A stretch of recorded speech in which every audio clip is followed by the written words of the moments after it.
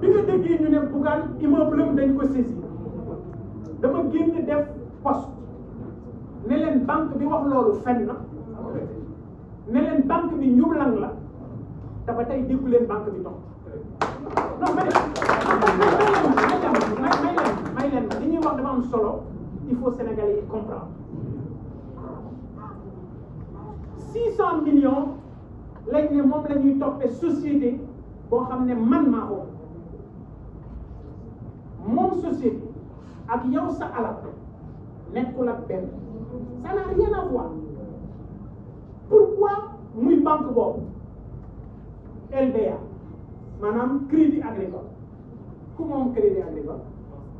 non ku moom kan moom crédit agricole état bu Sénégal moom crédit agricole ñoom Macky Sall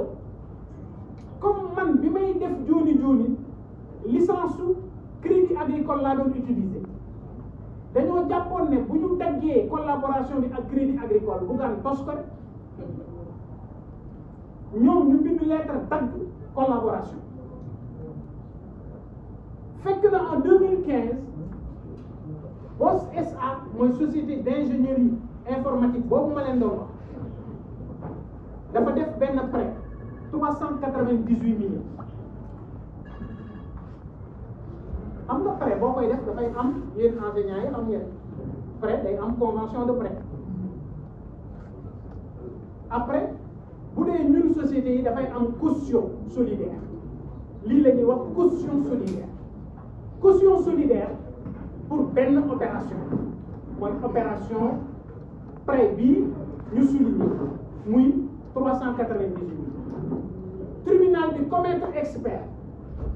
bi ne leen prêt bii Bougane garantie loolu société bi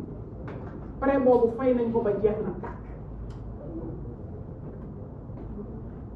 société bi muy BOS SA am découvert bu 600 millions may leeral ne découvert société boobu da doon dem ba 2 milliards te kenn mosu cee wax ku sañ jàkkaarloog banque ubbi compte di ronki ba mu yegg 2 milliards te newoon na taxawal c'est parce que wóolu dëgg la wala du dëgg léegi banque bi ñoom bi ñu arrêté parce que dañ leen jox ordre ne leen arrêté leen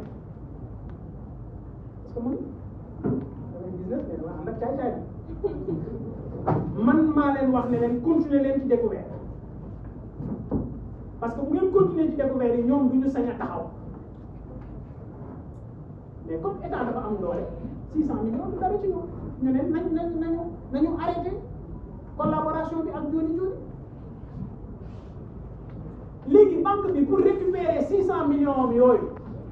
xam nga amul garantie amul convention de prêt amul dara ñu jël caution bii ma defoon pour prêt ba nga xam ne fay nañ jël ko dugal ko ci dossier bi ne moom mooy cautionner 600 millions yi may xam nga man nag kay xam nga gën a gaay ma ne leen bu doon 1 franc ma ne ko fay nañu dem ba yëpp di ses c'est comme ça que ça c'est donc amul lépp lu ñu ci wax waxi kasaw ak wax joo xam ne waxi nax sa xatal dama leen wax ne leen je mets au défi la justice sénégalaise et c'est important que IGAJ dégg ko c'est important que conseil supérieur de la magistrature dégg ci jaay doole la ñu nekk pour nangu immeuble bi ci man parce que amuñu encore une fois amuñu caution solidaire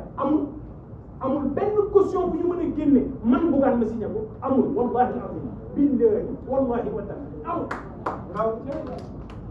amul fenn foo xam ne man signé naa fa convention de prêt ak banque amul waaw bu convention de prêt amul caution amul noo ma mënee wax ne yow sa immeuble bii kat dama koy nangu pour nga fay ci ko c'est exactement ce qui s'est passé alors loolu ma jàpp ne moom président de la République je l'interpelle man liggéey dong laa xaw ma leneen lu liggéey bu ma gisee ñuy néewal doole doomu aadama dama ciy xar sama tànk kon moom président de la République na xam ne am na ay Sénégalais yoo xam ne à partir de administration à partir de la justice ñu ngi leen di indil ay jafe-jafe te dara waral ko lu mooy politique kon nañu xool nu ñu saafara coow beneen bi nga xam ne